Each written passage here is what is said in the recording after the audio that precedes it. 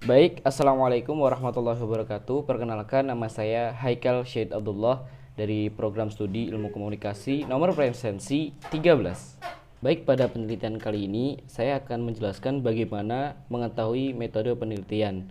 Saya akan menjelaskan subbab-subbab dari metode penelitian menurut dengan penelitian kelompok saya, yaitu dengan judul pengaruh pujian terhadap kepercayaan diri seseorang. Yang pertama, saya akan menjelaskan pendekatan penelitian. Dalam penelitian kami, pendekatan penelitian yang digunakan dalam penelitian ini adalah pendekatan kuantitatif. Pendekatan kuantitatif dikonstruksi berlandaskan filsafat positivisme. Positivisme merupakan kepercayaan terjadinya dan terbentuknya fenomena sosial atas dasar fakta sosial atau realitas sosial. Pengetahuan yang benar dalam penelitian kuantitatif adalah ilmu pengetahuan dan muncul dari pengalaman lalu berakhir pada proses penalaran.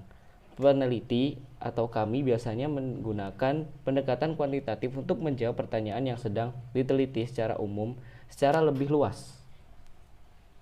Yang kedua adalah metode penelitian. Dalam penelitian pengaruh pujian terhadap kepercayaan diri, penelitian kuantitatif yang di penelitian ini terdapat dua metode penelitian. Maka di penelitian kali ini kami akan menggunakan metode penelitian yang digunakan secara survei. Metode survei ini merupakan sebuah metode penelitian yang instrumen pengumpulan datanya menggunakan kuesioner. Metode ini dapat digunakan sebagai cara mengumpulkan data atau informasi dengan populasi yang besar namun jumlah sampel yang relatif kecil. Yang selanjutnya ada jenis-jenis penelitian.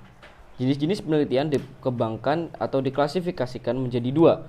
Yang pertama berdasarkan tujuannya, yang kedua adalah berdasarkan tingkat kealamiahannya objek yang diteliti.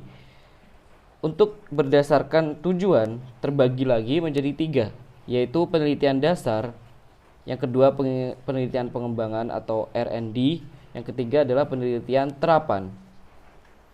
Untuk penelitian kami menggunakan penelitian terapan.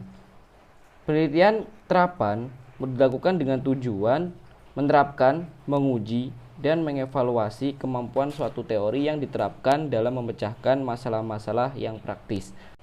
Maka dari itu, penelitian ini menerapkan penelitian dasar yang berkenaan dengan penemuan dan pengembangan suatu ilmu.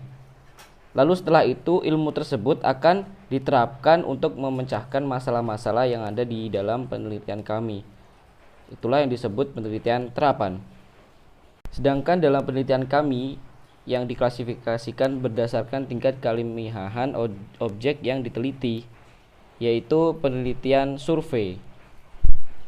Penelitian survei merupakan sebuah metode yang penelitiannya instrumennya berupa pengumpulan data menggunakan kuesioner.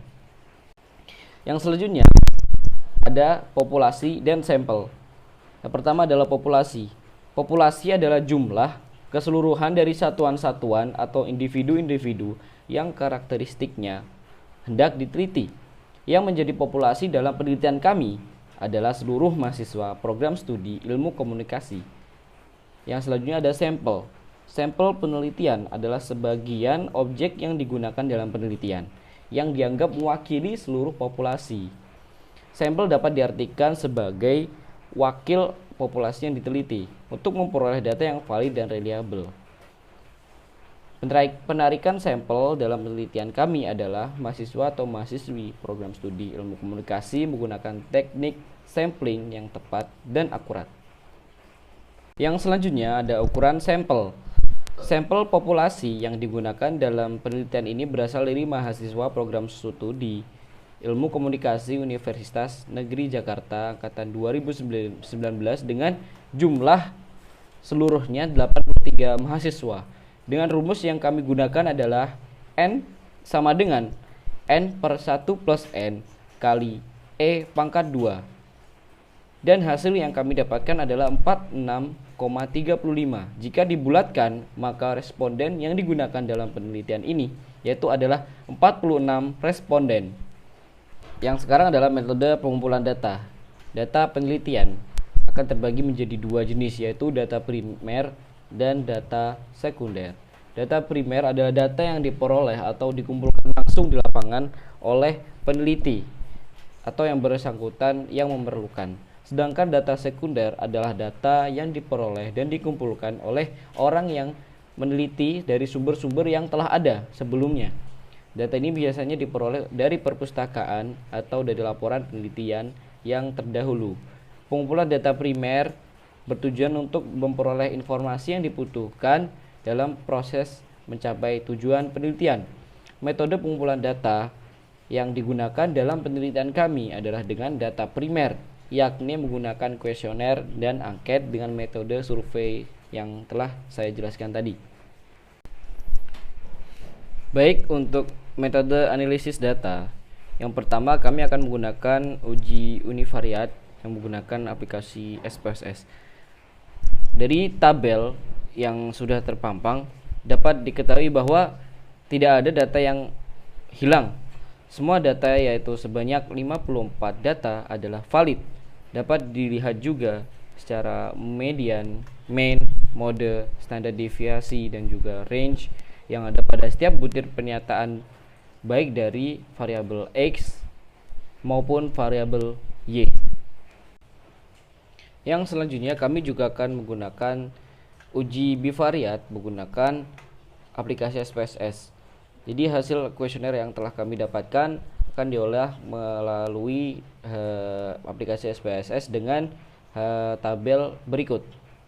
Uji bivariat dilakukan dengan menggunakan regresi linear di mana dapat diketahui bahwa nilai A yaitu 19,084 dan nilai B sama dengan 1,113 dengan persamaan regresi linearnya yaitu Y sama dengan 19,084 ditambah 1,113. Berdasarkan persamaan yang telah disebutkan, dapat kita ketahui bahwa variabel X yaitu pujian semakin besar, maka variabel Y yaitu kepercayaan diri juga semakin besar. Lalu apabila variabel X semakin kecil, maka variabel Y juga akan semakin kecil. Jadi dapat dilihat ya di sini terdapat pengaruh antar variabel. Berdasarkan hasil yang telah dicantumkan, juga diperoleh T hitung sebesar 9,266 dengan signifikan 0,00. Pada hasil T hitung yang telah disebutkan, apabila disandingkan dengan T tabel dengan tingkat keyakinan adalah 95%, dengan alfa sama dengan 5% dan derajat bebas sebesar 2,006, maka H0-nya akan ditolak karena nilai T hitung lebih besar daripada T tabel. Oleh karena itu terdapat kesimpulan, yaitu terdapat pengaruh antara pujian terhadap kepercayaan diri seseorang. Seperti itu. Yang selanjutnya ada keterbatasan dan kelemahan penelitian kami. Pertama adalah keterbatasan. Berdasarkan pengalaman peneliti dalam melaksanakan penelitian yang kami lakukan, terdapat beberapa keterbatasan yang kami alami selama menjalani penelitian ini, yaitu sebagai berikut. Yang pertama adalah jumlah responden yang diambil dalam penelitian ini hanya berjumlah 46 dari total populasi yang jumlahnya 83 mahasiswa. Untuk mengetahui dan menggambarkan keadaan yang sebenarnya. Yang selanjutnya ada penelitian ini hanya dilakukan dalam kurun waktu yang sangat terbatas dan cukup singkat. Dan selanjutnya ada faktor dari eksternal, yaitu terdapatnya pandemi yaitu dari virus COVID-19 yang berpengaruh terhadap penelitian ini. Dan untuk terjun ke lapangan, peneliti dari kami juga akan terbatas dalam menjalankan tugasnya. Dan selanjutnya ada kelemahan. Pada penelitian ini tentunya memiliki banyak kelemahan yang akan kami dapati dalam mengerjakan penelitian ini, yaitu kelemahan-kelemahannya adalah metode pengumpulan data yang digunakan dalam penelitian ini hanya mengandalkan data kuesioner. Yang selanjutnya ada variabel yang digunakan di dalam penelitian ini belum dapat mewakili berbagai macam faktor yang mempengaruhi kepercayaan diri seseorang. Dan selanjutnya terdapat kesulitan untuk mencari responden karena keterbatasan kami dalam mencari terjun ke lapangan atau melakukan penelitian secara langsung. Seperti itu tadi yang dapat saya jelaskan. Kurang lebihnya mohon maaf. Billahi taufiq wal hidayah. Wassalamualaikum warahmatullahi wabarakatuh.